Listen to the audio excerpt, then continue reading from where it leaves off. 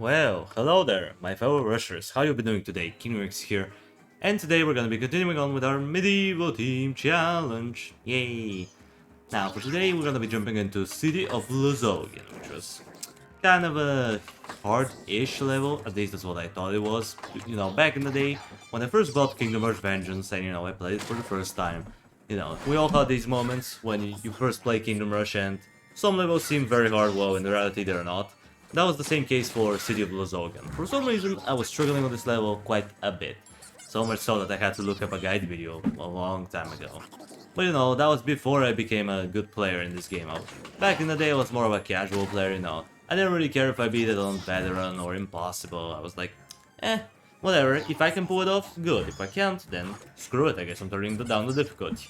But now, I don't care. We're gonna beat it on Impossible with these towers. And all of them are pretty good. At least that's what I've come to learn when I was doing this medieval team challenge. Now sure, we have our weaknesses to our defense, it's not perfect by any means, but we still have some good stuff here and there. Like Dark Knights, Mausoleum, they're pretty good. Wicked Sisters, I don't know. Some people like them, some people completely and utterly hate them, but I feel like they should not be hated on. They're a tower which has a specific purpose, to take care of tough enemies, and it does its job pretty well, in my opinion. Now I know some people will disagree and say that this tower is completely garbage and it has no usage, but come on, give it a chance, man. It has its moments, like against the sorcerers, against the frost giants, the big Anurian demolishers from the Anurian mini campaign. Like they're pretty good against them. They can kill them off pretty quickly, or you can polymorph them into frogs every 18 seconds. That's technically the second fastest inst kill in the game, like overall. We're talking about the whole franchise here. I think the fastest inst kills belong to the Arcane Wizard and Sorcerer from the original Kingdom Hearts, because you can reduce the inst kill cooldown down to 16 seconds. Well, here the inst kill can be reduced only down to 18 seconds, which is still pretty good in my opinion. Like, comparing it to other insta-kills like the one from the Blazing Gem and the Shadow Archer, this insta-kill is very quick and I like it. It's just with an extra step. Just like with the Sorcerer's insta-kill, you have to really tap on the frog in order to kill it. But it still gives you some time, it gives you 6 seconds, which in my opinion is good enough. Like, it could have been like 10 seconds or so, but 6 seconds is still good enough. It would have been nice if it was permanent though. If you permanent, you can turn them into frogs and you don't have to worry about them coming back, but that's just the way it is. That's the way the Wicked Sisters work. But I also really love them because the fact that they can deal true damage. Like, they're by far the only mage that deals true damage. I don't think any of the other mages are able to deal true damage with their basic attacks.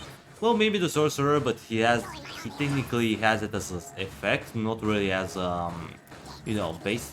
Basically, the Sorcerer from the original Kingdom Hearts has this DUT effect where it deals, I think, 40 true damage total over like 4 seconds. It deals like 10 true damage per second, so in total it would be 40 true damage over for the amount of 4 seconds. It's good, but I don't know. I'm not quite sure if I will classify it as dealing true damage like with its basic attack, since it's more of an effect rather than... alright, and I guess the Wicked Sisters are not the only mage that deals true damage. I'm not gonna try to argue right here, we're not gonna do that. But still, Wicked Sisters are pretty nice. Like, that poison can definitely help you out. The only sad thing is that it doesn't work on ghosts, which is kind of sad, but that's just the way it is. But I guess it doesn't matter since their basic attacks are pretty strong. I mean, they do 85 to 200 damage. That's a lot. I mean, sure, it's inconsistent, but it's not as inconsistent as, let's say, the Orc Shaman, who can do like between 31 to like 209 damage or so. I don't remember the exact numbers because I haven't used the star in ages, but it was somewhere around there. It had a very wild gap. And it also shoots very slowly, but I don't know, I feel like the Wicked Sisters are definitely better than the Orc Shaman. The Orc Shaman is kind of meh, to be honest. Like, the only good ability that he has, I think, is the Meteor Storm. Like, it's kinda nice. Even though it deals physical damage, it's still nice to have around. It's not, like, useful on, like, the Anurian stages, but everywhere else where you have a lot of swarms, of enemies that have no armor or barely any armor, it's pretty useful. It can definitely clean them up. It's kinda nice.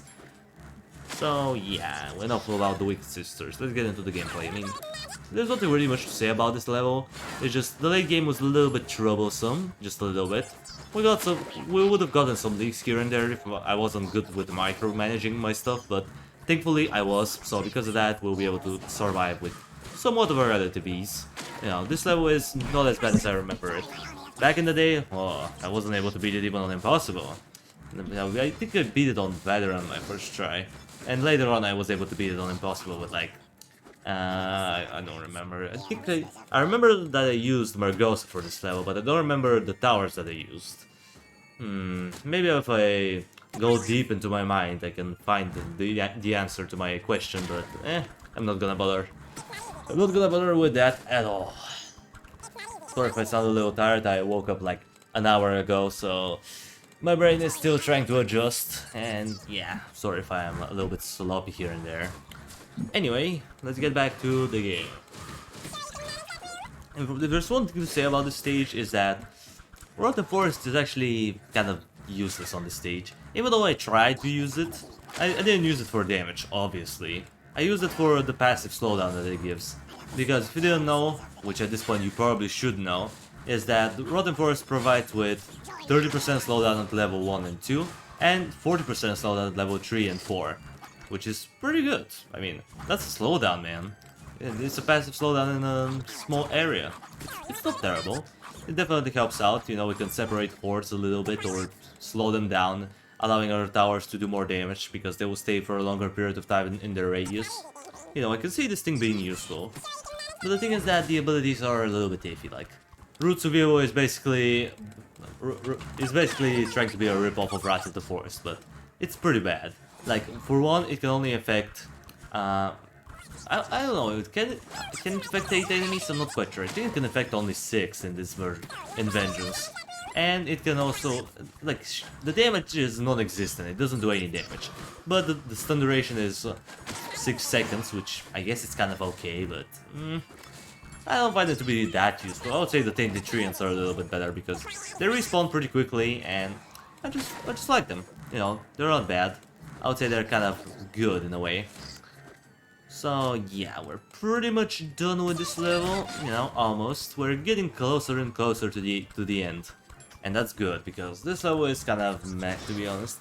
It's not too interesting. Like, sure, we have arcane wizards which are acting a fool on us, teleporting people, doing area magic damage attacks, which is probably their most annoying property. Like, sure, the teleport sucks, but the fact that they do magic area damage makes most of your units pretty much garbage. Like, even the Dark Knights can't handle it, man. And they have the highest health in the game. Well, besides the Swamp Thing, actually, so they have the second highest health in the game out of any unit. And yeah, they're dying pretty easily to it, but it doesn't matter. They're gonna respawn after 8 seconds. They're kinda like, they have the same respawn rate as the Barbarians, which is pretty interesting. Speaking of Barbarians, what is your opinion on the Barbarians, guys? Do you like them? Because I ended up liking them on Champion difficulty at least. They're kind of good, they're pretty good. The thing is that they're acting as like a gloss cannon, you know? Where they do a lot of damage, but they can die pretty easily, so you have to protect them. Usually, if you combine them with like a level 3 barrack or a paladin if necessary, they can do an amazing job. Just hack away from the outskirts. Or what I usually like to do in case of if I don't have a lot of sources for area damage, I like to upgrade the whirlwind all the way up and just send them into combat and watch them just destroy everything. I mean, sure, the damage is not super high, it's like 40 to 60 at most, but it's still pretty useful, I would say. And yeah, we're already at the last few enemies, wowzers. Poggers, we destroyed this level. Yeah, what a surprise. That should have been obvious. Now let's think about what should we upgrade. That's a good question that we have, but I don't know, I guess I could be getting... probably that. Yeah, why not? Let's just get it, because there's nothing better to do. And yeah, guys, well, with that out of the way, that's gonna do it for the video. Thank you everybody so much for watching. I appreciate you for sticking around to the end. Subscribe if you want to see more of this content in the future. And while you're at it, drop a like on the video. It means a lot to me. And I will see you in the next video. Until it comes, that was King Rexy, over and out.